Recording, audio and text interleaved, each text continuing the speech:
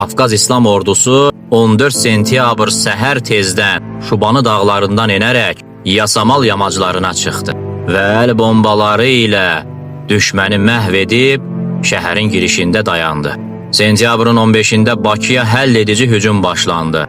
Həmin gün İngilis qoşunları Bakını tərk etməyə məcbur oldu. General Densterville'in Bakı missiyası uğursuzluqla nəticələndi. Yarıtmazlığına görə İngiltərə hakimiyyəti onu vəzifəsindən götürdü, ordusunu isə buraxdı. Britaniya Müdafiə Nazirliyinin gizli göstərişinə görə onun hərbi hissələri Bakını tərk edərkən neft kəmərlərini dağıtmalı və neft anbarını partlatmalı idilər.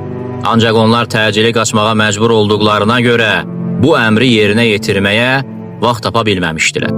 36 saatlıq qanlı vuruşdan sonra bütün düşman qüvvələri məğlubiyyətə düçar oldu və ağ bayraq qaldırdılar. Sentyabrın 15-də Qafqaz İslam Ordusu Bakı şəhərini işğalçılardan tamamilə təmizləyərək şəhərə daxil oldu.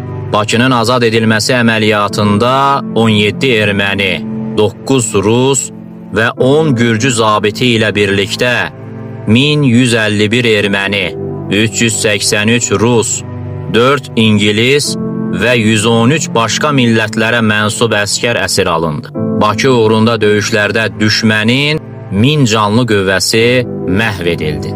İndi gələk videonun girişində qeyd etdiyim başarısız generalın o başarılı etirafına.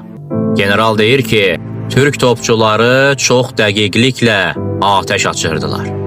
Onların atəşi Bakıdakı memarlıq abidələrinin heç birinə ziyan vurmadı.